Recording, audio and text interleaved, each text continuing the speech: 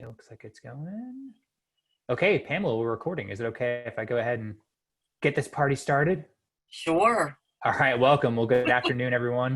If you're on the East Coast, good morning. If you're on the West Coast or somewhere in between, thanks for being here for today's Bloomerang webinar, Donor Communications to See You Through Every Crisis. And I'm Stephen over here at Bloomerang, and I'll be moderating today's discussion as always. Just a couple of housekeeping items. Just want to let you all know that we are recording this session. We'll be sending out the recording, the slides. I got a handout from Pamela. We'll get all that good stuff to you later on today. I'll email it to you, don't worry. So if you have to leave early or maybe get interrupted, we'll get all that good stuff to you, I promise. Just be on the lookout from me. And most importantly, as you're listening, please feel free to send us a chat right there on your webinar screen. There's a chat box, there's a Q&A box. Use whatever one you want. I'll keep an eye on both of them. We're going to try to save some time at the end for Q&A. So introduce yourself now if you haven't already. Tell us about yourself, where you're from, what your organization does. We'd love to hear from you, but don't be shy about sending in questions because we're going to try to save a little bit of time towards the end of the hour for questions. You can also do that on Twitter. I'll keep an eye on the Twitter feed as well. And if this is your first Bloomerang webinar, just want to say an extra special welcome to you folks. If you've never heard of Bloomerang, just for context, we are a provider of donor management software. So that's what Bloomerang is. We love doing these webinars. We do these webinars all the time, a couple times a week now since March. But if you're just interested in software, check us out. Check out our website. There's all kinds of stuff there you can download. But don't do that now because my buddy Pamela Grow's here from beautiful Philadelphia. Pamela, how's it going? Pretty good. Yeah. I've been catching up on Curb Your Enthusiasm. Oh, that's good. Yeah, it's a good time to catch up on those TV shows. It's good to see your face and hear your voice. You're one of the stalwarts of the Bloomerang webinar series. So we can't have a year go by without having you on. You're awesome. You're my bud. I wish you would adopt me sometimes, honestly. I will definitely get you some chocolate babka. Yeah, I'm going to come over for that baking you've been doing. If y'all don't know Pamela, I'm surprised if you don't, but if you don't, now you do. You got to subscribe to her stuff, get the Grow Report, really good newsletter. She's got an awesome blog. She's been doing this a long time. She's got her own webinar series and classes she does.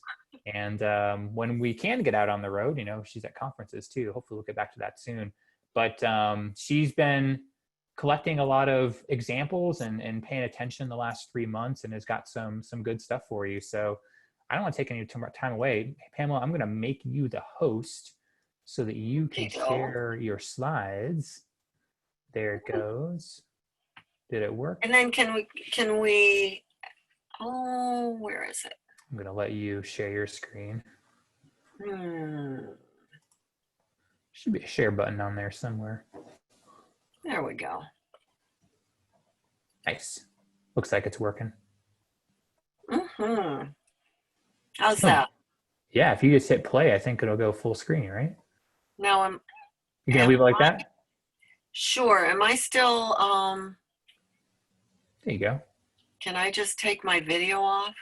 Yeah, I'll turn your video off. How about that? Just because I find it a little distracting. Actually, I can't turn your video off. I think you have to do it yourself. But there should be a stop video button. I don't know if you see that. Oh, yeah. Boom. There you go. I am still, and I'm also going back and forth between GoTo and Zoom. Like I'm still trying to make up my mind. I don't think you mentioned it, but Stephen, Bloomerang actually sponsors a weekly session that we do called Motivate Monday. Yeah. And so I switched over from GoTo to Zoom for that. So hey, everybody. Finally. There you go. Well, welcome to how to create a donor communications plan that is going to see your nonprofit through any crisis, really. Stephen did a great introduction. These are just some of the folks that I've worked with over the years. I am in Philadelphia. I'm actually in the suburbs of Philadelphia. And in addition to fundraising, well, I live in the Philadelphia suburbs. I am the mother to 2 daughters. If you were on a little earlier, you heard us talking about my youngest, Abby. There she is in her power pose. This was for her graduation shot. She just graduated law school. And I love baking, painting, reading, museums, and really the nonprofit sector. So how are you guys doing? I'm going to encourage you in the next couple slides to just type into the chat box, because yeah, this is kind of weird. It's still kind of weird. We're going on what, the 4th month, and it still feels kind of very, very strange, and the world is going through a lot of changes right now, our country in particular. So how do you feel about fundraising right now? Can you just type into the chat box and let me know, how do you feel about fundraising right now? Let's see if I can check that. Overwhelmed, anxious, weary.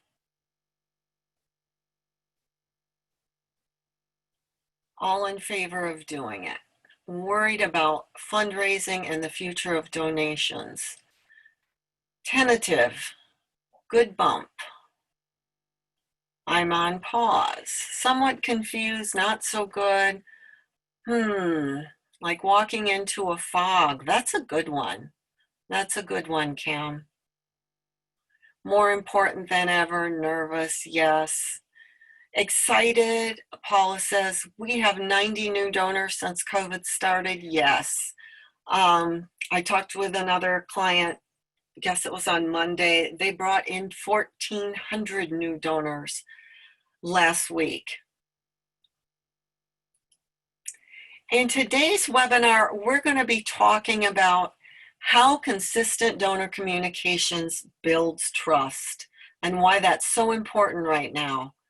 The importance of empathy and vulnerability, how to ask for monthly gifts in a pandemic, and really why you should be. Oops.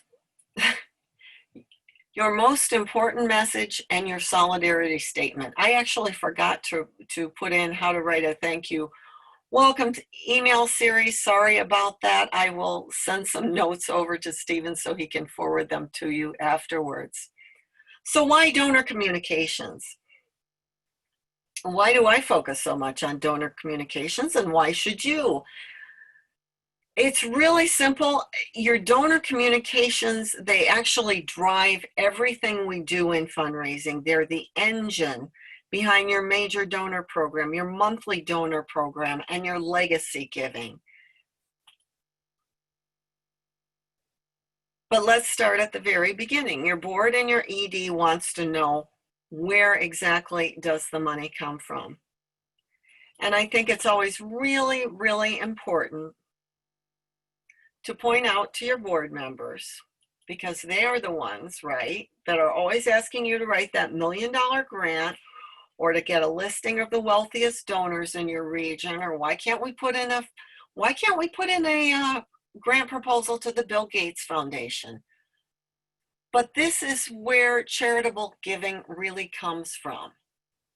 5% comes from corporations, bequest gifts 9%, foundations 18%, and individuals 68%. So roughly 80% of all philanthropic giving comes from individuals. That's why you need to be really focusing your attention on individual donors and building your individual giving plan, and an individual giving plan that really includes everyone. You know, and as if our current global situation wasn't enough, there is also the issue of trust, and it's a really, really important one, because you have to think about how trust in nearly every single institution has failed, right? Trust in education, trust in government, trust in religious institutions, trust in the police force even now. But we nonprofits, we are doing the work that holds our societies together, and it really is critical now more than ever that we're going to maintain that trust, the public's trust. So this came from a recent article covering a really extensive survey. And the Chronicle of Philanthropy reported that only 52% of Americans have faith that nonprofits will do what is right. That kind of blew my mind. So how can you gain trust with your donors? What are the best ways to gain trust with your donors? Well, number one on the list is a reputation built over time, and that's where your donor communications comes in. Total honesty and transparency. And then last on that list is the research ratings and credentials. You know, that little charity navigator sign insignia that you put on your website. And most importantly, and where your donor comms comes in, is the consistency over time is trust. And Stephen talked a little bit about, you know, where I started. I started, I guess it was in 2008, online, and started with a newsletter. And my point in creating the newsletter was to give you, really what Stephen does all the time, is to give you the best that's out there in an easily digestible form. So you didn't have to go searching, because I had seen over the years when I was in trainings myself as a nonprofit development professional that so many trainings were just not worth my time. And so I set out to put out this newsletter. And the one consistent thing I did was to put it out every single week without fail. And yeah, those first couple years were tough. You know, the first week I put it out, I think I had five subscribers. So you have to really make a commitment to consistency. I can't overstate it enough. So how simple can your donor communication systems be? Well, I think we are all pretty familiar with the Ask, Thank, Report model. We always start with the story, the emotionally compelling story about your organization and how your donor plays a role in that story. And then it's basically a system of ask, thank, report. Report is when you're making that phone call, you're sending out that donor newsletter, you're letting your donor know what their gift accomplished. And once you've got that system built in, all you have to do is rinse and repeat. But what is the real secret to these donor communications? Something that you're going to embed in every single piece that goes out, from your donor newsletters, to your thank you letters, to your annual report, every single communication. You really want to infuse them with gratitude. You really want to develop a culture of gratitude within your organization. It's going to take you far. But what does that look like? These are a few sample donor communications plans similar to what my students have. And I thought if you could see it kind of laid out, you could see what I'm talking about. And typically when they start with me, they're sending out maybe one direct mail ask a year, usually their year-end fundraising ask. Sometimes it's a spring appeal. And we start by growing that. And then you want to introduce a print donor newsletter, and that is part of the reporting portion of your system. And you also want to include a bare minimum of 3 monthly giving asks a year. And here's another one.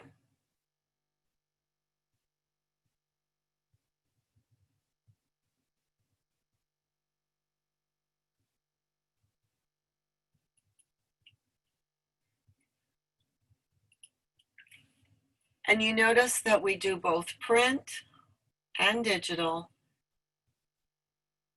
And the 5 campaigns, they're a combination of direct mail and email.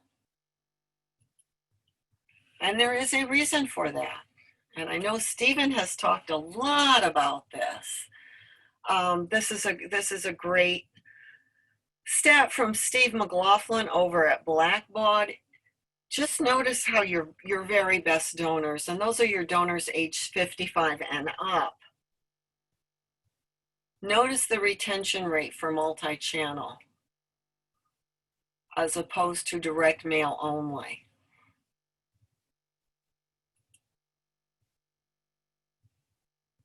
So how many times can you ask your donors a year for gifts?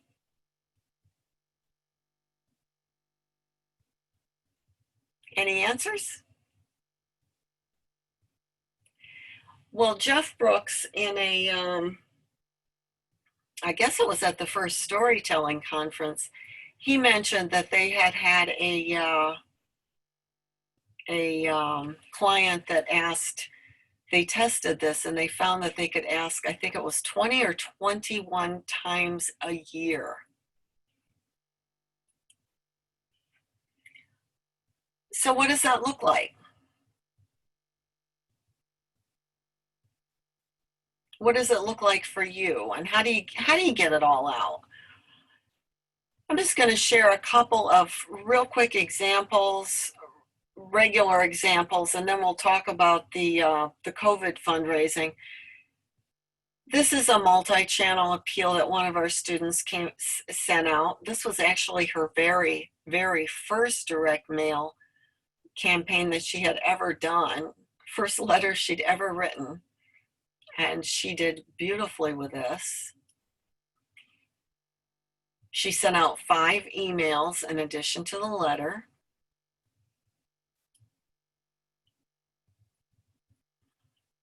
And this is a print newsletter from one of our students. This was her very first donor-centered print newsletter. She mailed it out to donors only. I think it was roughly about 1,000 donors, if memory serves me correctly.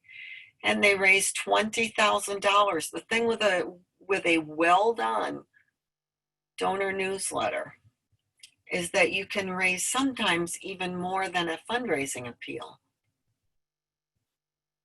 You can see how this is all centered around what your gift makes possible because of you. Bringing you closer to the lives you help change. I really love the way that she brought the donor into the story, into the picture. This is an example of an email newsletter from, again, another one of our students. And when it comes to newsletters, I hear all these excuses when I ask about them. Last summer's newsletter didn't go out because we were in the middle of an event, or the spring appeal didn't get mailed because we just lost our development director, or we used to have a newsletter, but after our last development director left, the next thought we should focus on grants. So what about now in the middle of a global pandemic? Well, I'm going to share an example from one of our students. This is from Mandy Fisher over at the Intervale Center in Vermont. The Intervale Center is a sustainable food organization. They are in, I think it's in Brattleboro, Vermont. And they have done a Mother's Day campaign for the last 10 years. So as you can see, when it came time for the campaign, COVID had hit, they'd gone into quarantine, shut down there. So This is what they did. This is what I received in the mail. Give a gift that grows, a lovely little card.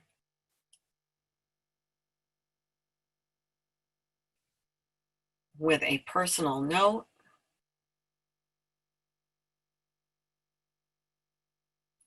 And then an insert.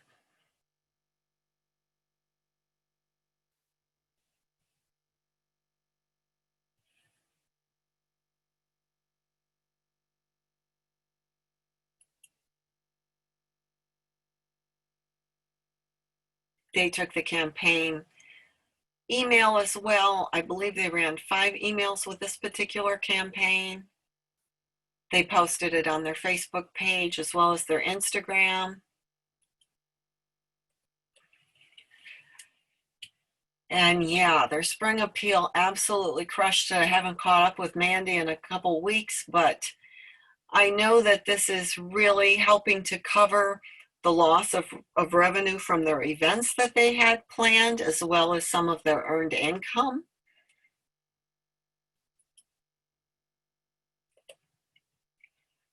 We've heard a lot about during COVID-19 about how you need to really express your vulnerability when you're writing your donor communications. And I'm wondering if there's anyone here who'd like to share, what does that mean? What does that mean to share vulnerability?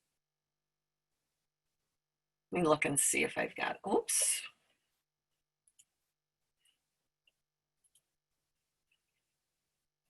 No, I can't get my thing back. Any thoughts on what vulnerability means? Stephen, am I still on? Yeah, you're still here. I think you just ended your screen share is all, Pamela. We can still hear you. Oh, but you can't see me. Yeah, we lost your slides. Oh.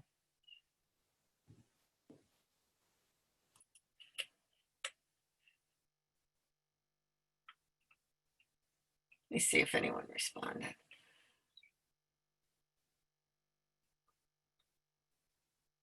Ask the donor. Being transparent about the impact of COVID-19, we had to share the real possibility that our organization could close without support. Honesty in all aspects of client needs, and honest fear of not being able to meet needs. Sheila, excellent. Sorry about that. Let me get back.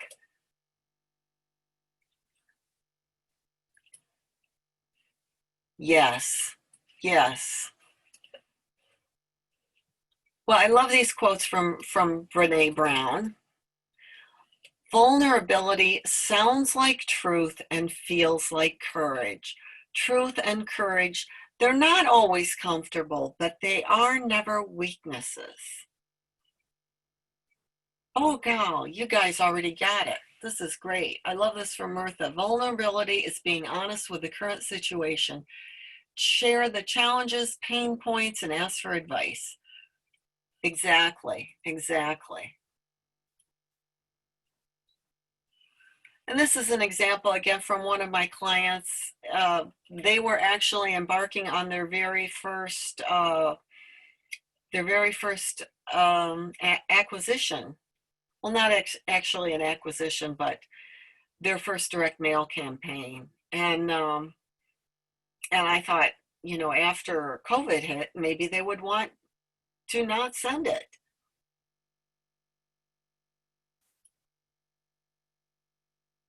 And another great example from, actually, this is the first one. This is from the Coalition for Sonoran Desert Protection. This is a great example, and they're doing some really great things in terms of their donor communications, particularly considering how tiny this organization is. They only recently achieved their 501c3 status. I would really strongly urge you to sign up to get their email communications. They do a great job. Coalition for Sonoran Desert Protection.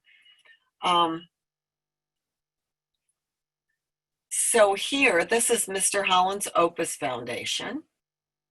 They have been sending out a quarterly newsletter for several years now. And when COVID hit, their printer actually closed up shop, and they had to very quickly find another printer to print the newsletter. It ended up costing more, so they ended up sending it as a self-mailer rather than what we always recommend is sending it in an envelope with a return envelope. And I asked if she noticed a difference in terms of the return from sending it in a self-mailer versus an envelope. And she said she didn't notice so much of a difference between the self-mailer and sending it in an envelope, but actually hand addressing envelopes makes a major, major difference. So consider that when you're sending out your next appeal or donor newsletter. And then we come to Jody Joy, who just recently sent out her very first spring appeal and went 400% over goal.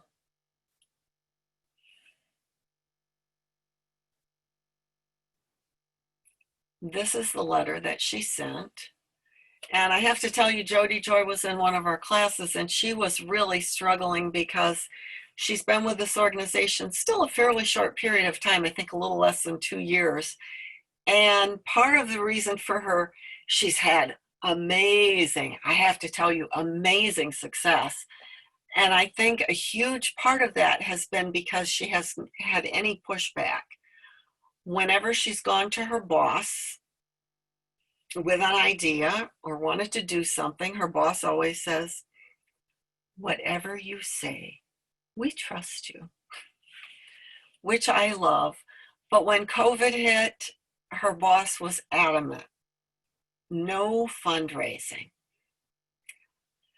So I got on the phone with Jody Joy, and we talked about what they had planned on sending in the spring. And she put this letter together, I want to say in about an hour, 2 hours, and her boss absolutely adored it. They got it all taken care of, all set up and ready to go within over a weekend.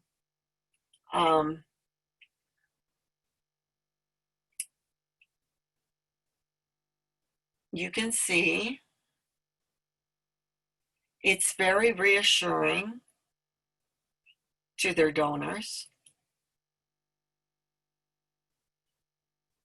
It's probably one of the most gentle asks I've ever seen.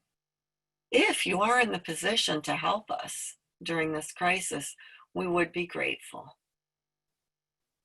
400% over goal.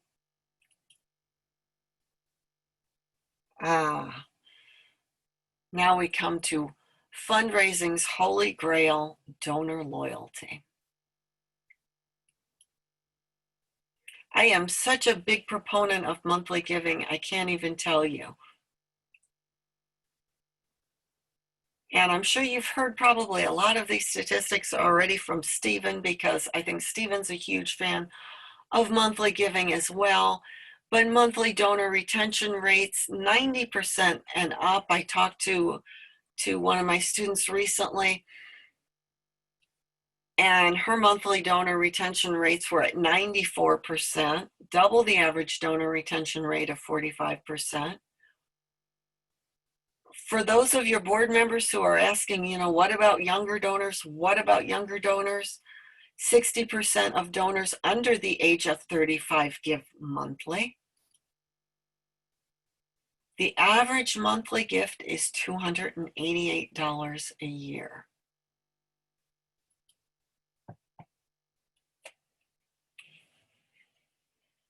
This is a little chart that I picked up from How to Create Lifelong Donors Through Monthly Giving by Harvey McKinnon, and this book just came out.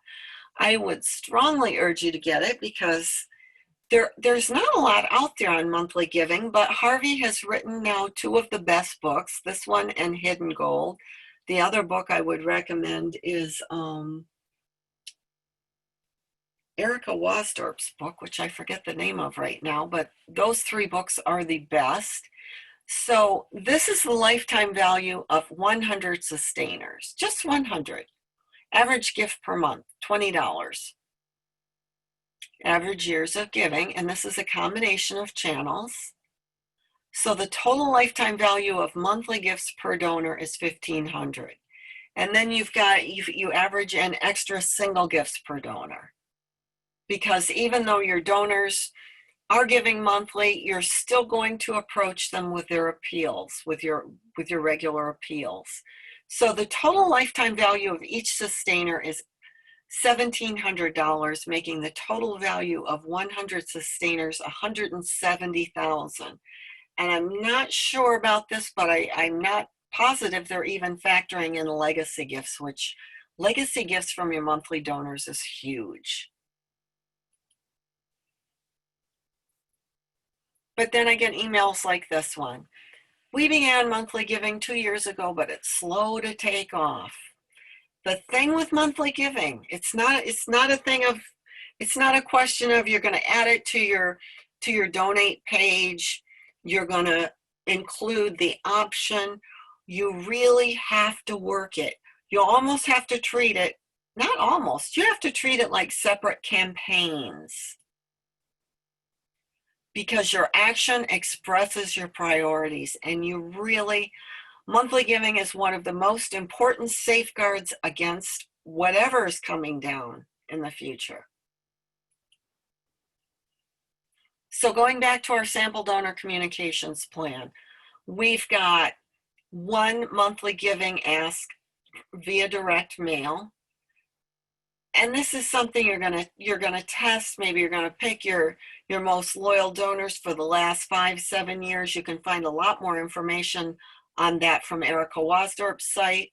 And you're gonna do a separate direct mail monthly giving ask, one that makes the case for monthly giving, one that is specific to monthly giving. And then I actually typically recommend that you do 3 to 5 monthly giving email asks throughout the course of a year.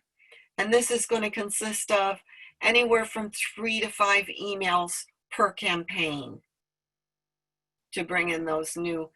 Yeah, it is. Thanks, Eric. Thanks, Dennis. Monthly Giving, The Sleeping Giant, fantastic book.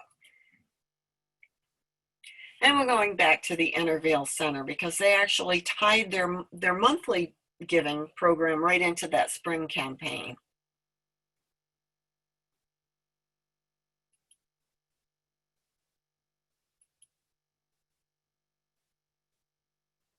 They included, I believe they had a total of 3 emails, and then they included on all their social media. And what is the most important thing in your donor communications plan? Absolutely most important.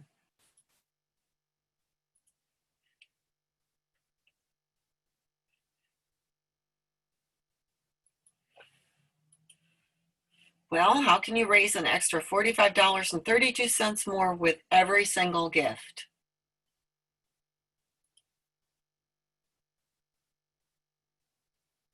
In their study, Learning to Say Thank You, The Role of Donor Acknowledgements, Jen Chang and Adrian Sargent found that those who received the thank you gave on average $45.32 more than those who did not receive the thank you. How many of you are sending thank you letters for gifts made online?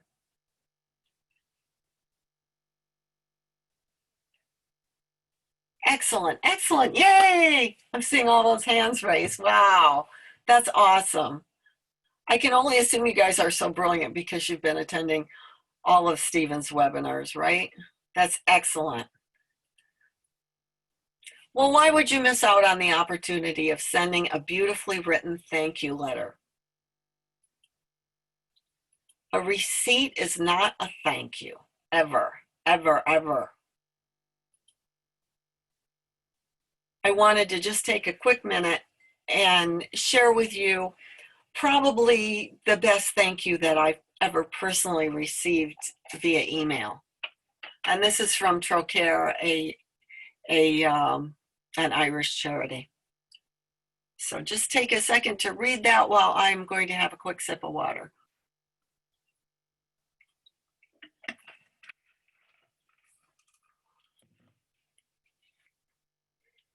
Thank you for every fear that's eased. Thank you for every unshed tear. Thank you for the lives that are better because you're here. I love that.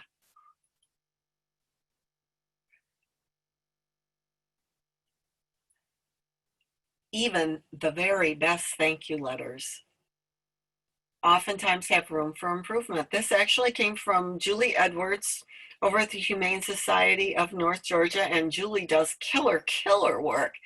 And you can see this is already a terrific letter. So how could it be even better? And Lisa even says, Lisa Sargent did rewrites on some of our participants with our class last year. And she says, does lots right, lots of you versus we, tells the story of one dog. Sounds like it's written by a human being, largely jargon-free, and uses a beautiful sign-off, warm wags. So how did she suggest improving it? She suggested going with a serif font, 12 point or higher. This is really kind of huge because I want you to always be thinking about your best donors. Remember back to that Steve McLaughlin slide? You know, you really want to be thinking about your donors' eyes. She also recommends tabbing your paragraphs. There's a lot of research for tabbing your paragraphs in written communications, print communications. It really increases the readability. And then a couple other little things. So here is the makeover, the thank you letter makeover.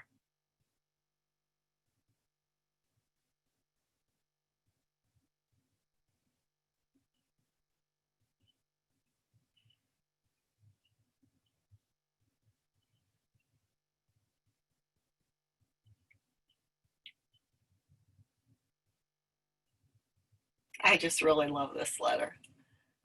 So what can you do?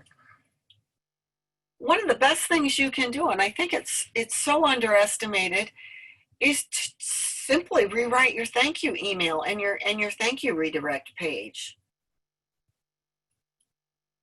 Rewrite your thank you letter.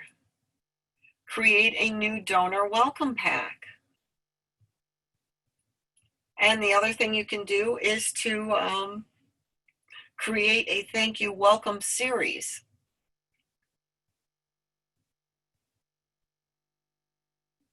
Everybody here familiar with Sophie, because it is one of the best swipe files out there.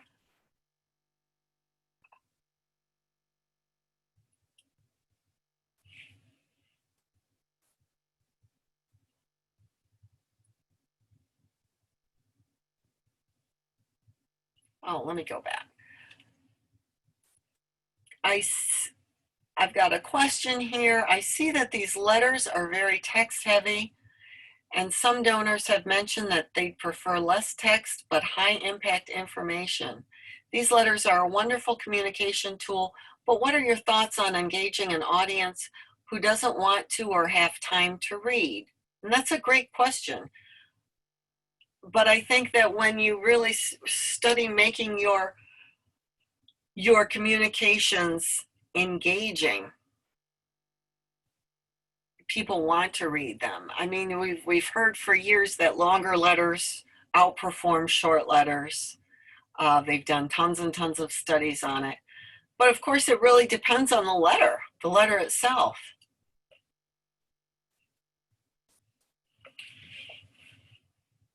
And the last thing I was going to share with you today is I love this statement. Meghan Markle recently addressed her graduating high school.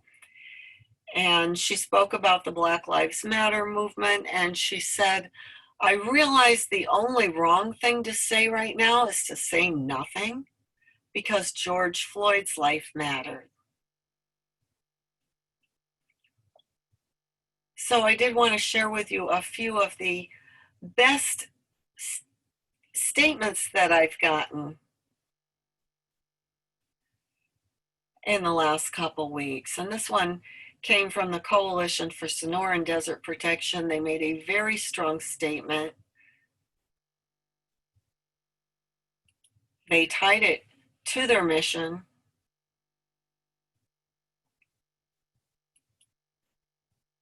They included resources for their supporters and their readers.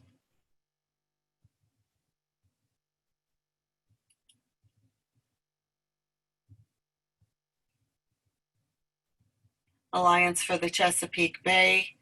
They posted their link to their statement right on the homepage of their website.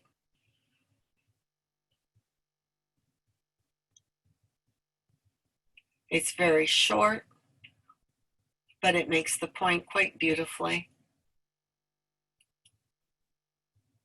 So in today's webinar, we talked about how consistent donor communications builds trust, how to ask for monthly gifts in a pandemic, the importance of empathy and vulnerability, and your most important message. So what I forwarded on to Stephen is our 7 communications pieces PDF. There are lots of examples in there, and you can make a plan for growing your monthly giving program in particular in 2020. And then I'm going to recommend that you hop on the phone and call at least 5 donors. Is there anyone here who hasn't seen this?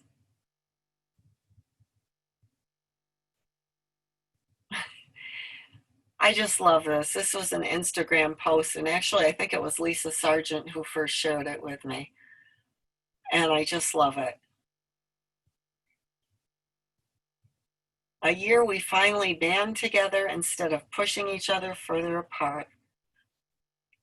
The most important year of all. How cool is that? So thank you guys for being the change. I am super excited to be answering questions. You want me to go ahead and take them? Stephen? Yeah, I've been collecting them here, so I don't mind forwarding them to you here if it's okay if I moderate a little bit. Okie doke. So first, thank you, Pamela. I love seeing those examples. I hadn't seen a bunch of those. And is that Jody Joy O'Keefe? Is that the same Jody You Joy? know Jody Joy, yes. Jody Joy is so awesome. Oh, I think she's with you, isn't she?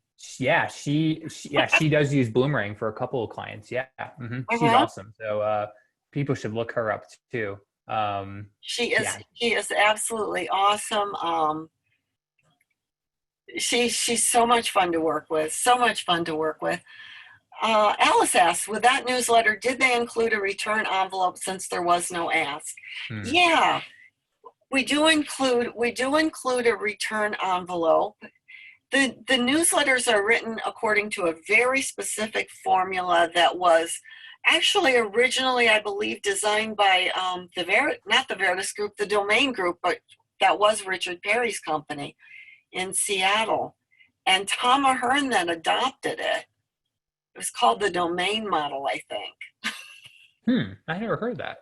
Yeah, and it's a very specific model. It's actually a 4-page newsletter. It's the headlines. The one that I showed you is actually, oops, I did that again. That's okay. We still see the dog.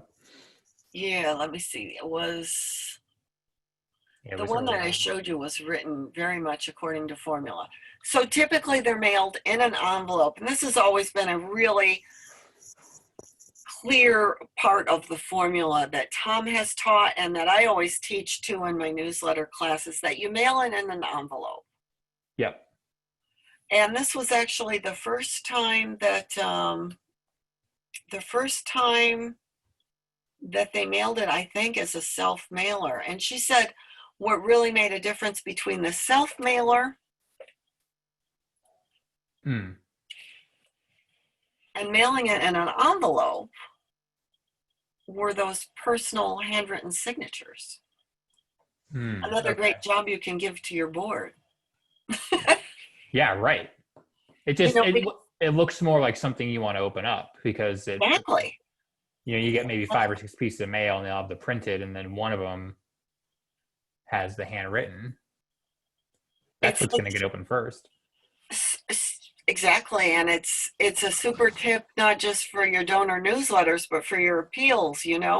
Segment out segment out your major donors, segment out your most loyal donors, and handwrite the envelopes. And then did that have a BRE in it so that they could mail a check back? Yes. Okay. That's what that is. That little one's a BRE. Got it.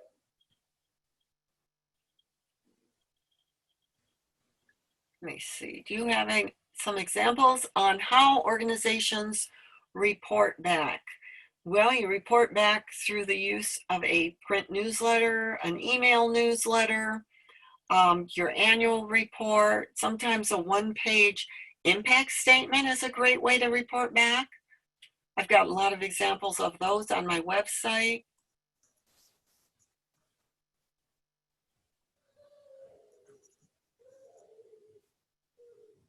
What are examples of your favorite welcome packs? I could go to my site real quick and show you one, but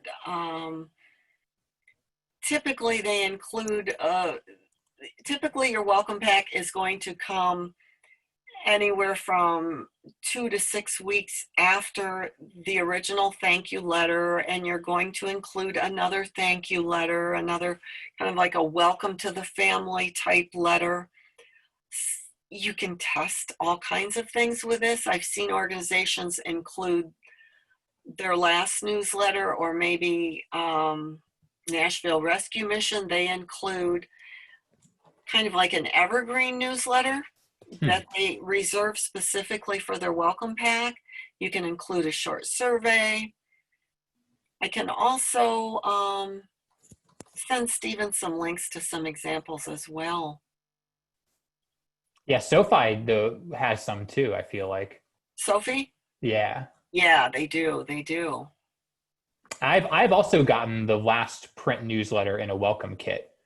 It said, "Hey Stephen, here's the last edition of our print newsletter since you missed it." I thought that was a nice touch, especially if it goes out like quarterly and it may be a while before you get the next one, depending on. That's a great way to repurpose. Yeah. Just order a few extra. And you probably got some laying around.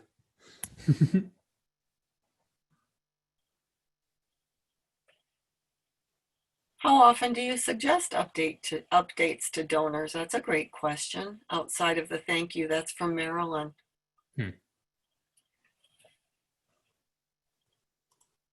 In all my programs and in my book, I always recommend sort of like a 12 touches a year. That could include a newsletter. It could include a short phone call. Could I see a show of hands of people who have called their donors during COVID? Yay, look at that. Whoa. Look at that. You guys are awesome. Yeah, they're a smart group, like you said. Yeah. Wow. If you want to type into the chat, I'd love to hear the responses that you've gotten.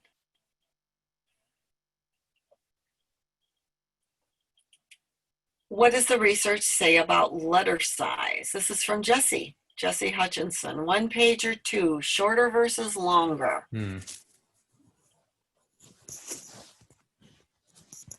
Again, it's such and it depends, because it really depends on the quality of your content.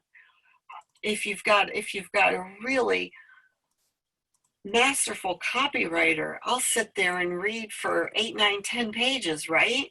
Yep. But if you're just telling me how you do what you do,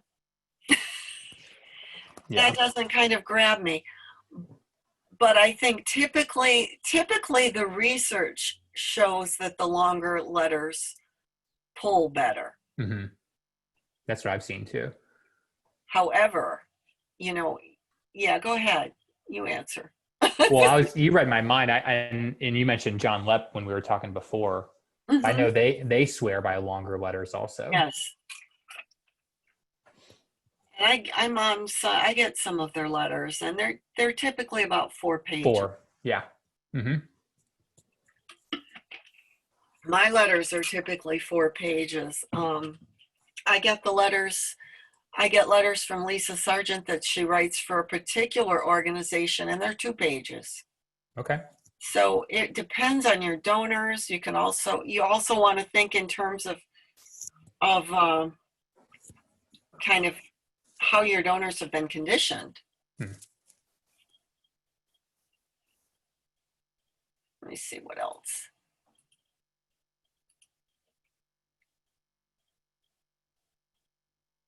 That's excellent. Wow. We had a couple questions, Pamela, about email specifically. Any differences in the approach there, if it's email versus a print newsletter, in terms of maybe length or frequency? What have you seen work there? Again, consistency rules, but I think that when it comes to your inbox, you're going to have to have at least a monthly newsletter, I think. The most important thing is consistency. I would study really well done newsletters like the Smithsonian, Attendance Museum in New York. I'm sure you have some examples. Are there email newsletters that you get that you really look forward to? Yeah, do you have the Keep Beautiful, like Keep Philadelphia Beautiful organization in town there, Pamela? I think that's a nationwide one, but we have Keep Indianapolis Beautiful, and they're like a environmental advocacy group for the urban area. And they do a monthly email newsletter, and it's called Get the Dirt. And it's got like somebody's dirty hands, like planting a tree. It's really good. I wish they used Bloomerang. I see that, and I was like, man. I will check it out. Do multi-page letters often include photos? Yes, I often include photos in my letters. Can you reshare the Sophie link? Let me see. I think it's just sofii.org. I'll type it in the chat. That's a great website. It is. I will never forget the day I first stumbled across that website. Treasure trove. Huh? It's a treasure trove. It is. It's such a treasure trove. If ever you're stuck, you don't know what, you know that, hey, we've got a spring appeal on the books, but I don't know. I don't have the slightest idea what to do. Go to Sophie. There it is. Did you read some of these from about the calls? They're great. Oh, I know. That makes me happy because I'm a big phone call guy. Me too. Appreciation, all positive calls.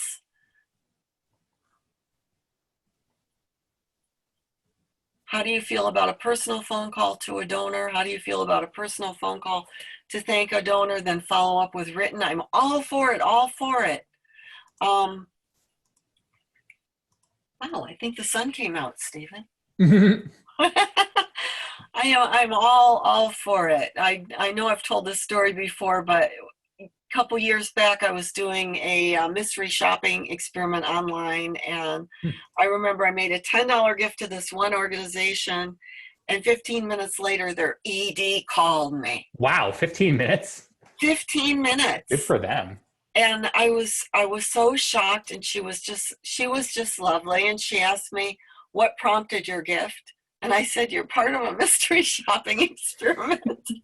Randomness prompted it. Totally. And now they followed all these steps. Actually, they do everything real well. It's Brittany's Hope Foundation. But now I'm a $35 a month monthly giver. Wow. So it works. Yeah, we put out some data. We looked at our customers who call donors, new donors versus the ones who don't, and they have higher retention rates, higher second gift amounts, just from phone calls. I gotta put that link in again because I know I put it in when you first did it. Yeah, I'll put it in the chat. Yeah, that's great. Yeah, great stories. We had someone in Oh, here, Pamela, asking about hi, Barbara. virtual events, canceling physical events and because of social distancing. Have you seen any examples of that from your folks? My folks don't tend to be like big event Mm-hmm. people, but we had Sherry Truler on. Have you had her on? Oh yeah, Sherry's awesome. The auctions, yeah. Mm-hmm. Yeah, she's the best. She's the best. She did say that one organization that typically raises $1 million for from their gala, they raised like 4,000 Mm.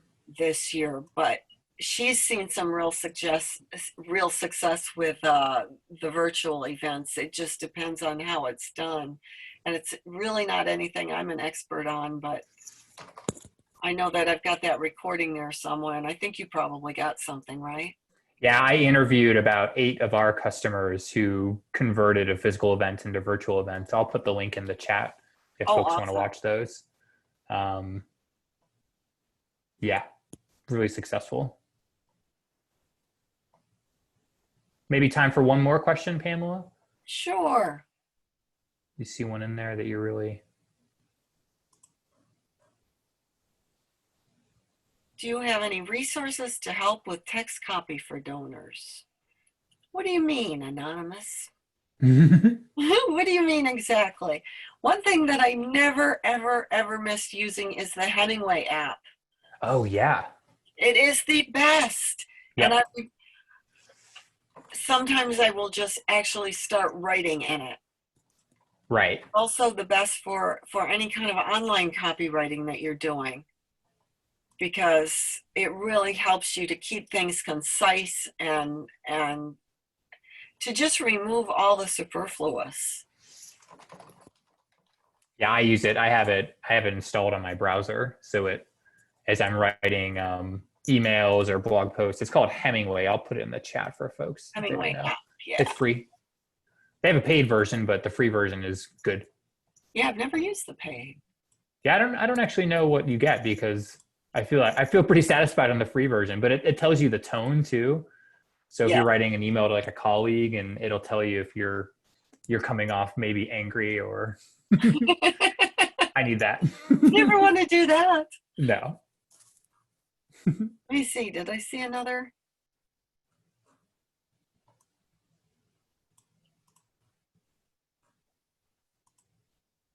Well, why don't you tell folks where they can get a hold of you and get it connected to the Motivate Monday stuff and your newsletter and all that? Thank you. I am at PamelaGrow.com. You can email me at Pamela@PamelaGrow.com. And Stephen are you going to send on? I think I sent a little cheat sheet that has way more examples as well. Yeah, I got that. And this was fun. This was so much fun. It was so cool to see Barbara Burns here. Yeah, a bunch of our buddies logged on. Yeah. Well, this was cool, Pamela. Yeah, I did get that PDF from you. I got your slides, and I'll send out the recording to everyone as well. I'll get that out this afternoon, so everyone will have it before dinner time for sure. Well, thank you for having me. Oh, always. I mean, we couldn't let a year go by without having Pamela on. And thanks to all of you for hanging out. I think we had like maybe 300 or 400 people on, so that was awesome to see. Hopefully you guys are all doing okay, staying healthy. Do reach out to Pamela and check out Motivate Monday. She has a really good guest on there. Oh, totally. For fun let me just say this real quick. Yeah, show us. This coming Motivate Monday, we are having Denisa Casement on. Oh, really? You know Denisa. Oh, yeah. Denisa is like, I don't even know what to say about Denisa. She's just brilliant. And you remember the study that she did over at the Merchants Quay, Ireland? Yeah, she was in Ireland for a long time. Yeah, right. Yeah, they grew this really small organization to like 3 million in a course of like 3 to 5 years, I think it was. Anyways, Denisa is going to be talking very specifically about the casement quotient. So you will know exactly where you should be spending your time the most effectively. So I hope you guys will join me on Monday. I'm going to do that too. I haven't heard from Denise in a while. She's a good Twitter follow too, if any of you It's on Twitter. awesome. She's awesome. Thanks, you guys. Well, cool. Well, we'll call it a day there. Like I said, look for the email from me with all the good stuff. And hopefully we'll talk to you again next week. We got a couple webinars happening next week. We'll invite all those to you. So hopefully we'll see you again next week. So have a good rest of your Thursday. Stay healthy, stay cool out there. Have a good weekend, and we'll hopefully talk to you again next week. Bye now. You too. Thanks, Stephen. See ya. Bye-bye.